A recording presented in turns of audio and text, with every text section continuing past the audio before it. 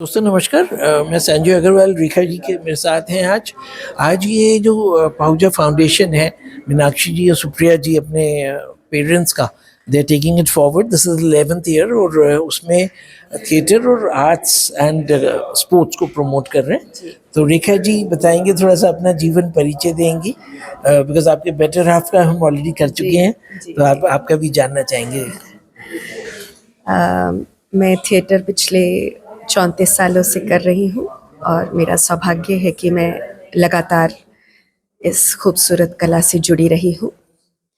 Shri Ram centre से acting course करने के बाद मुझे सौभाग्य प्राप्त हुआ दिग्गज निर्देशकों की छत्रछाया में काम करने का। पंचानन पाठक जी, राजेंद्र नाथ जी, जेपी सिंह जी, बंसी कौल जी, त्रिपुरारी शर्मा जी, तो मैं बहुत सौभाग्यशाली मानती हूँ अपने आप को और तहे दिल से शुक्रगुजार हूँ मीनाक्षी जी की और सुप्रिया जी की कि वो हमें इतना बड़ा अवसर देते हैं इतने बड़े प्लेटफॉर्म पे परफॉर्म करने का, और तहे दिल से शुक्रिया। आपका थोड़ा सा जो हम जानना चाह रहे हैं, जिन अपने डायरेक्टर्स का नाम लिया, अभी कुछ अंदर बैठे हुए हैं जूरी मेंबर्स के तौर पे, तो आपका best role, not I would say whichever role, थोड़ा सा आप अपना एक कुछ हमें बताइए, कौन से रोल्स आपने वो लास्ट बहुत तरह तरह के I find you very different than other artist. आपकी जो डायलॉग डिलीवरी मैं सुनना चाह रहा हूँ, यू सो सॉफ्ट स्पोकन। ये कहना तो बड़ा मुश्किल है, लेकिन हाँ, मुझे लगता है पिछले साल ही विजय तेंदुलकर जी का एक नाटक किया, जाति पूछो साधु की। मुझे लगता है अगर आप आवाज़ की बात कर रहे हैं, डिक्शन की बात कर रहे हैं, तो वो बिल्कुल ही नए तरीके से था, बहुत बहुत डिफरेंट किया। आई मीन नेचुरली निर्देशक ने कहा और मैंने किया। और एक और मनोज मित्रा जी का लिखा हुआ नाटक सैया बेईमान, वो मुझे लगता है कि मैं अच्छे से निभा पाई हूँ। और शायद आज भी जो मैं जिस नाटक की प्रस्तुति हम करने जा रहे हैं वो भी थोड़ा अलग है, तो मुझे लगता है कि थोड़ा सा बता देंगे नाटक का नाम और जी उसकी प्रस्तुति दी, आई थिंक पोस्ट लंच।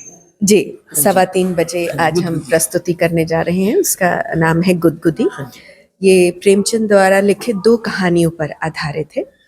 पहली बोहनी और दूसरी खुचड़, और ये दोनों कहानियाँ हास्य कहानियाँ हैं और हर एज ग्रुप का आदमी इसको एंजॉय करेगा। बच्चा भी एंजॉय करेगा, बुजुर्ग, बड़े, नौजवान सभी इसको एंजॉय करते हैं। तो आई होप दर्शकों को पसंद आएगा। बिल्कुल एब्सोल्युटली। और एक और आखिर में मैं, because I been asking different directors and theatre जो भी लोग परफॉर्म कर रहे हैं, तो वी वर थिंकिंग कि थिएटर लुप्त हो रहा है, बट उन्होंने कहा नहीं, लुप्त नहीं हो रहा, theatre is in fact doing better today. Yes, absolutely. We have more places where it can be performed. Absolutely. We have youngsters who are coming. Absolutely. And like मुझे जो लगता है कि जो थिएटर की जो सबसे बड़ी समस्या है, जो ऑडिटोरियम्स का इतना ज़्यादा किराया, वो एक सबसे मूल समस्या है। This is the biggest problem I think every group faces. The funding. Yes, absolutely. I mean, we can't afford Shri Ram Center. We can't afford Kamani Auditorium. So I think when we participate in this kind of festival, जो कि मीनाक्षी जी और सुप्रिया जी organise करते हैं, तो हम कलाकारों के लिए ये एक बहुत बहुत बड़ी बात है। और तहे दिल से धन्यवाद उनको कि जो हम जैसे कलाकारों को, हम जैसे थिएटर ग्रुप्स को वो इतना प्रमोट करने के लिए हमें एक प्लेटफॉर्म देते हैं। ये हमारे लिए बहुत बड़ी बात है। और हम जैसे कलाकार जो कि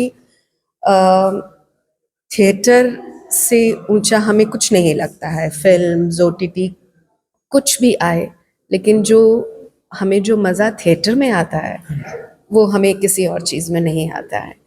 सो आई थिंक जब भी अभी पीछे पंचानन पाठक जी की स्मृति में एक और फेस्टिवल हुआ था, तो मुझे लगता है कि जब हमें इस तरीके के फेस्टिवल्स में काम करने का अवसर प्राप्त होता है, तो हम जैसे कलाकारों के लिए वो एक बहुत बहुत बड़ी एडवांटेज है कि हम इन फेस्टिवल्स के थ्रू इतने बड़े बड़े ऑडिटोरियम्स में हमें परफॉर्म करने का मौका आपने मिलता सही है। फरमाया। मेरे मन में एक आ रहा था कि मोशन पिक्चर जी जब भी पहले बनी, फिर वो साइलेंट मूवी थी, जी। उसके बाद दे गॉट इनटू उसमें साउंड आने लगा। जी सो आई थिंक थिएटर जो था ग्रीक जो रोमन, मैं सोच रहा हूँ इट जी मस्ट हैव स्टार्टेड वहां से, जी जो उनके वो ओपन प्लेसेस होते थे जी जहाँ जी पे लोग शाम को बैठते थे जी, बिल्कुल बिल्कुल। People used to perform. जी। तो आप अगर कुछ उसके बारे में ऐड करना चाहें कि थिएटर का it goes to which century, मैं सोचता हूँ राजा मुझे महाराजाओं के टाइम से आई थिंक हाँ थिएटर बिल्कुल, कला नाट्य, रंगमंच। बिल्कुल बिल्कुल, नाट्य और